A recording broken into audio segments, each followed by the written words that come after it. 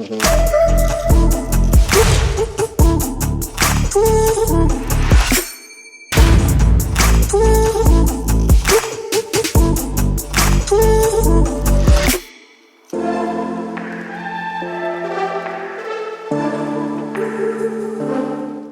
what's up guys? It's great to see you all again, and if you're new here, I'm Patrick and this is why I ramble about tech and other stuff.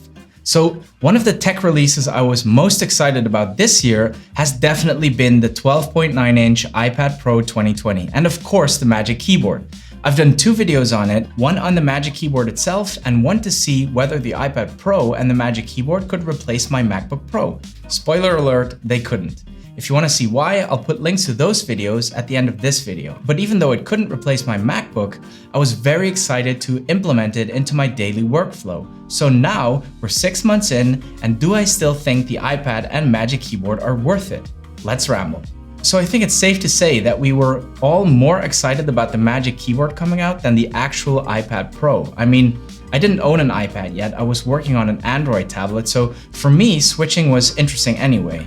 But the Magic Keyboard, that floating, mysterious device that we had all been catching glimpses of for months, that was the thing we all wanted. And when it came, I was really impressed. There were things I didn't like and things I was worried about, and we'll get to that in a second. But the one thing I immediately loved was the typing experience. And I can tell you that today, this isn't just my favorite keyboard case, it's my favorite keyboard, full stop. I actually prefer typing on this thing over my regular Apple Magic Keyboard.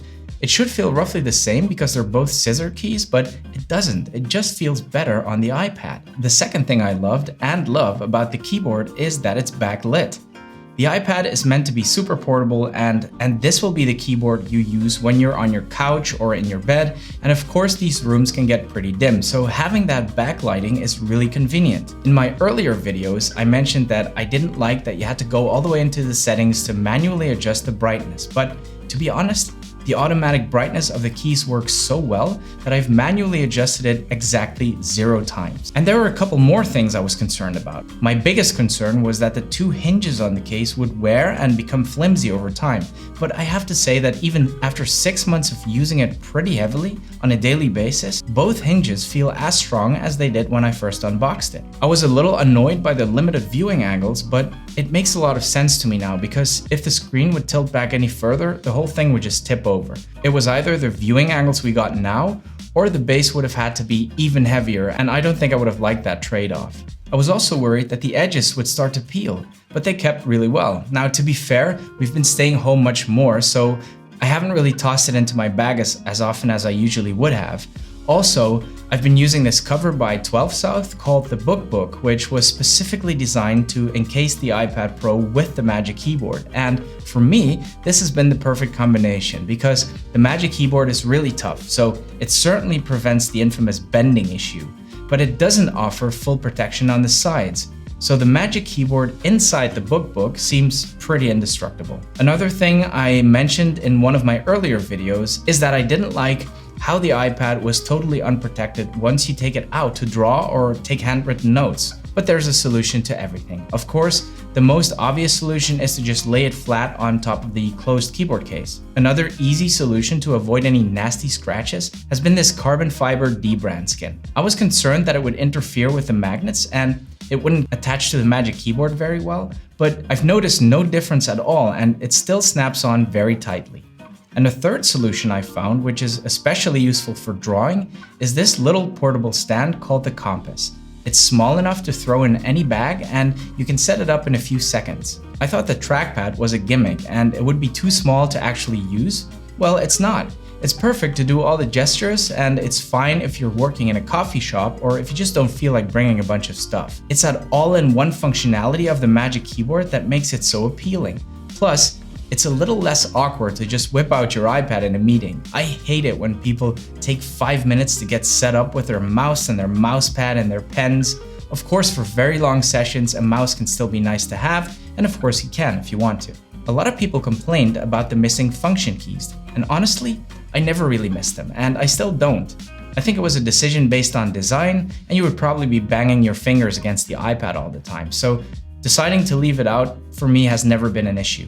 The one thing I did miss was the escape key, but you can easily remap another key to function as your escape key. For me, it's the globe. One of the biggest selling points of the iPad for me was the integration with the Apple Pencil. I'm a handwritten notes kind of guy, and I love the Apple Pencil, but I don't love how it feels on glass, so I got a paper-like screen protector and problem solved. Feels much better. And an added bonus, no fingerprints. Apart from taking notes, I like the precision the Apple Pencil offers over just using my finger, and sometimes I just use it as a pointer because I can just flick my wrist instead of using my entire arm. Yeah, I'm that lazy. And not to forget, with iOS 14, we have even more functionality for the Apple Pencil, most notably Scribble. You can now write on your iPad and it will convert it into text. I talked about it in my iOS 14 video, click the card above if you're interested, and I complained that Scribble didn't work on many apps yet, such as one of my all-time favorites, PDF Expert, which I use every single day. Well, now it does. You can scribble into the text field in a PDF and it will convert it into text. Also, a great little feature of iOS 14 are widgets and voice typing, which I absolutely loved. We talked about this, I'm lazy. What I also love is the USB-C pass-through on the Magic Keyboard for two main reasons.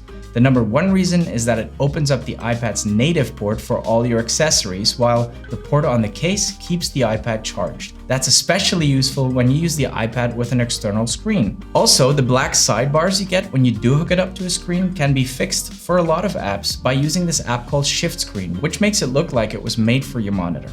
The second reason I like the USB pass-through is that I can use the Magic Keyboard as a charging dock. I snap it in there whenever I'm not using the iPad, so it will always be charged. But it's not all dreams and rainbows, and if I could change one thing, it would be that the USB-C port on the keyboard would allow for more than just charging, so I wouldn't have to have that dongle hanging off the side. But since it uses the smart connectors on the back of the iPad Pro, I'm not sure how much functionality could be added. So in conclusion, I think the Magic Keyboard is the best accessory for the iPad ever made. I think it transformed the way we use our iPads, and I haven't had any regrets. Also great news is that the Magic Keyboard fits on the new iPad Air.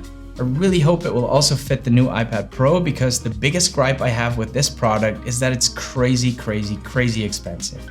I mean, it has a lot to offer, but it's just too much money, and I would hate having to spend that kind of money again when I upgrade my iPad. Alright guys, for more content like this, have a browse on the channel. If you like this video, give it a thumbs up and subscribe if you haven't already. It would really help out the channel. Thank you so much for watching, and see you in the next one.